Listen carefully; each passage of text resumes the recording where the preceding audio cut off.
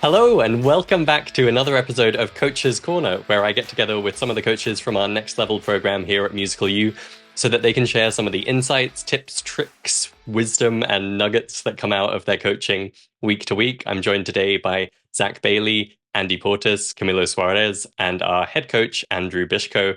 Let's kick things off this time with Andy. Why don't you get us started? What's been going on in coaching recently? Well, I suppose quite an exciting one, really.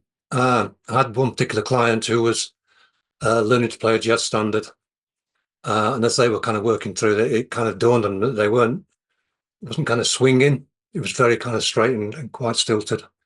So what we decided to do was so we could contact their inner drummer.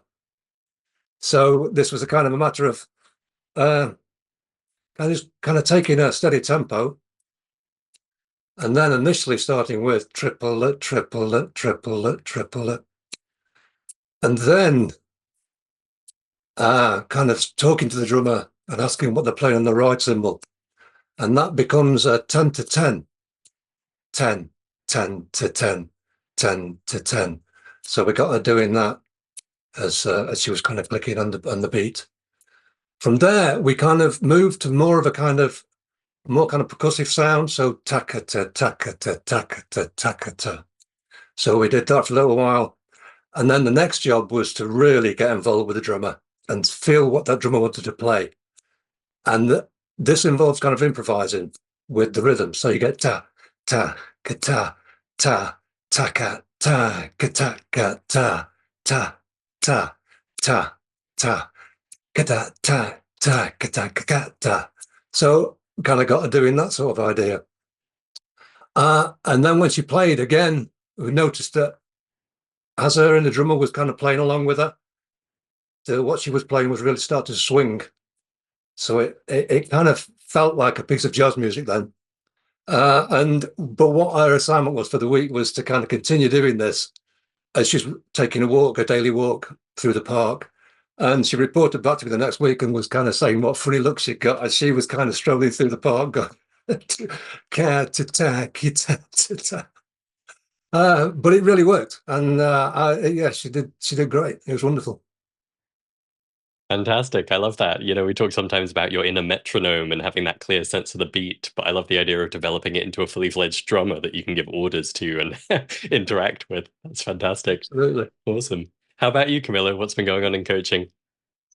Well, I had a wonderful question this week from a client who is also interested in improvisation. And her question was, well, how do I bring my improv to life? I was a little bit puzzled. What do you mean by that? And she said, well, I think I comprehend the harmonic framework. I know the right notes, but still my improv doesn't sound like it fits the music that I'm trying to play. So we're trying to play calypso, and it sounds like I'm playing jazz or something else. So what we did is that we tried to look for some rhythms within the music that we were listening to, and she came up with this rhythm. And then after that, she found something else, which made a complete phrase.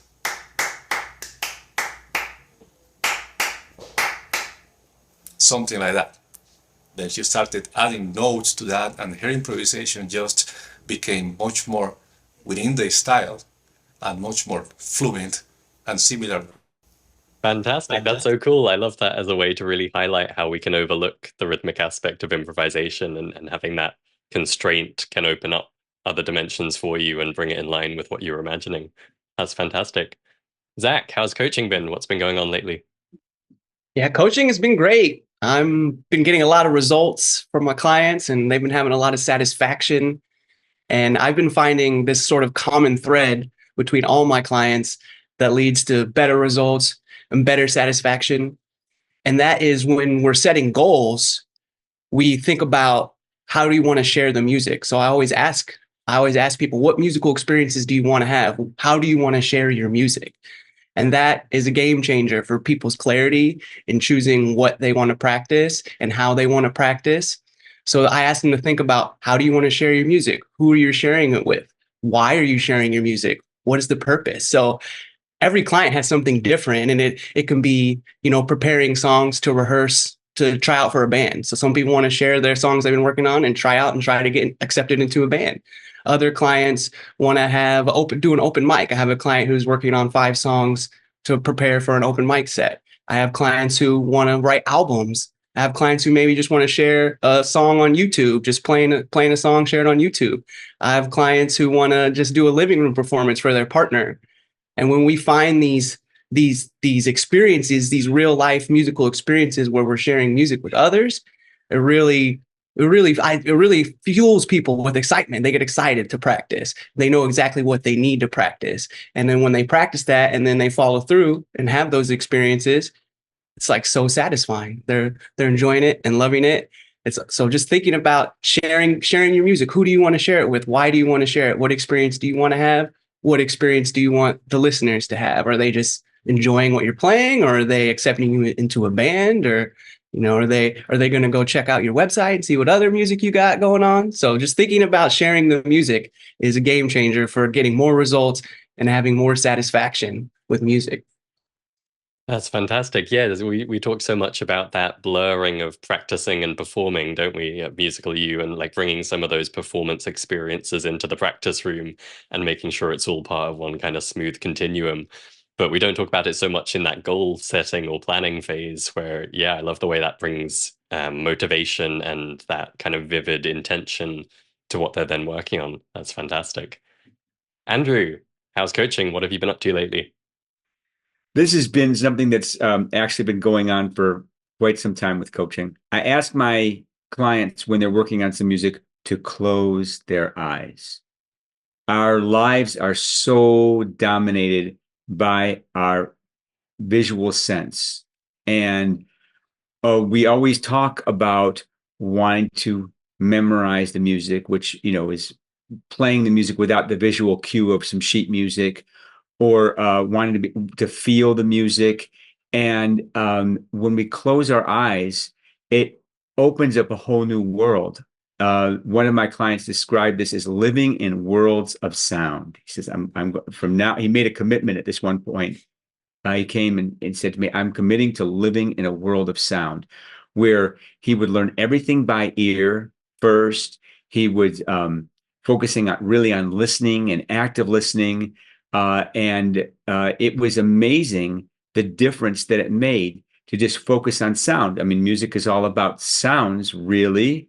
And so living in that world of sound, and our biggest distraction to that world of sound is having our eyes open oftentimes. So that's been a really great one. And you can see how people, when they do that, they are in touch with a lot of their inner senses, the way their instrument feels in your hands. And also the sort of thoughts about music. And also people get more in touch with the way they feel in the music, like feel it in their heart or feel it in their body. They start to get in touch with those feelings when they're not distracted by the visual, by what's going on around them or a piece of sheet music in front of them. It's also really surprising, that's often a shocker when someone's playing a piece of sheet music and they're practicing, and I tell them, okay, now play that with your eyes closed. And people are like, I don't have this memorized yet. But it's so cool how very frequently they close their eyes and they do much, much, much better than they thought they would do. So it's something that you can try right now. It's something you could try today. And that is still, the gift that gives in my next level coaching. That's wonderful. Yeah, I remember when you mentioned that phrase, living in a world of sound. It's a really powerful one to keep in mind, isn't it? Fantastic. Well, I so love getting together with you guys and getting a little peek into what's been going on in the coaching recently. Until next time, bye.